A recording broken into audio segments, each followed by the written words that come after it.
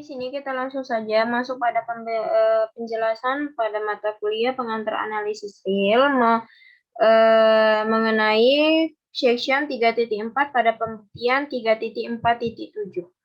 Di mana pada pembahasan teorema barisan bagian monoton.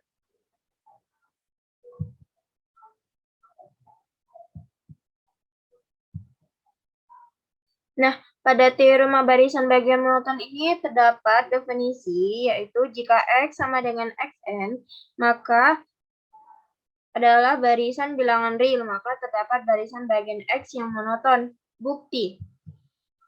Untuk tujuan pembuktian ini, kita akan berpendapat bahwa batas matematika X adalah puncak jika Xn lebih dari sama dengan Xn untuk semua N seperti N lebih dari M. Hal ini Xm tidak pernah melewati oleh batas apapun yang mengikuti dalam barisan. Catatan, dalam barisan menurun, setiap batas merupakan puncak, di mana terdapat barisan menaik tidak batas merupakan puncak. Oke, di sini kita langsung saja masuk kepada bagian contoh. Agar lebih memahami manakah yang terdapat puncak atau tidak terdapat puncak. Di sini terdapat angka 60, 10, 70, 7, 80, 4, 90. Nah, ini kita pasangkan satu persatu, di mana 60 kita pasangkan dengan 10, maka terdapat puncak karena dia nilainya lebih dari sama dengan.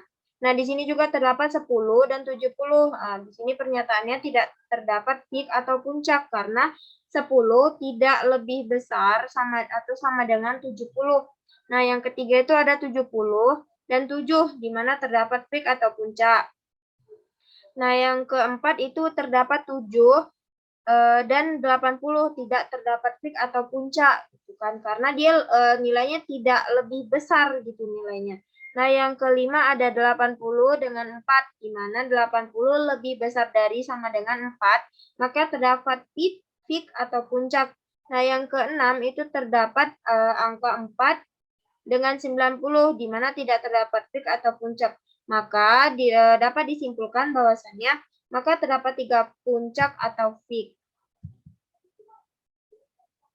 Di sini akan membagi dua kasus, yaitu X mempunyai tak hingga banyak puncak dan X mempunyai berhingga banyak puncak. Di sini terdapat dua kasus, di mana kasus pertama itu adalah jika X mempunyai tak hingga banyak puncak. Dalam kasus ini menuliskan sebuah puncak yang naik berurutan, yaitu XM1, XM2, sampai XM3 dan sampai seterusnya.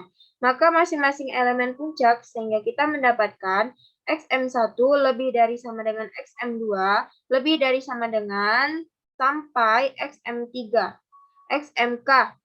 Oleh karena itu, barisan bagian dengan puncak atau MK merupakan barisan bagian yang menurun dari X. Nah, untuk kasus yang kedua, terdapat X mempunyai berhingga banyak, bisa 0 puncak.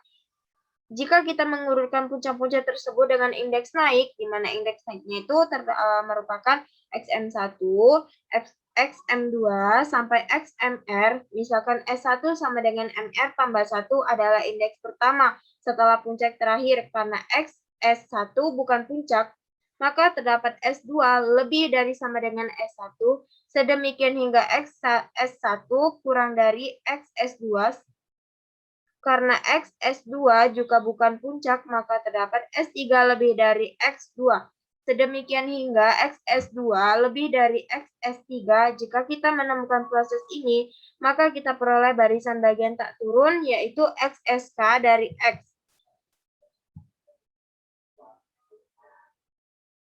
Nah, pada contoh yang pertama tadi ditemukan bahwa infinitif, peak atau puncak tak hingga terdapat semakin lama semakin menurun nilai angkanya, yaitu 0,5, 0,25, 0,18, 0,12, 0,1, maka hasilnya itulah yang dikatakan barisan monoton turun. Salah satu syarat monoton turun adalah Xn1 lebih dari sama dengan Xn2 lebih dari sama dengan Xn3.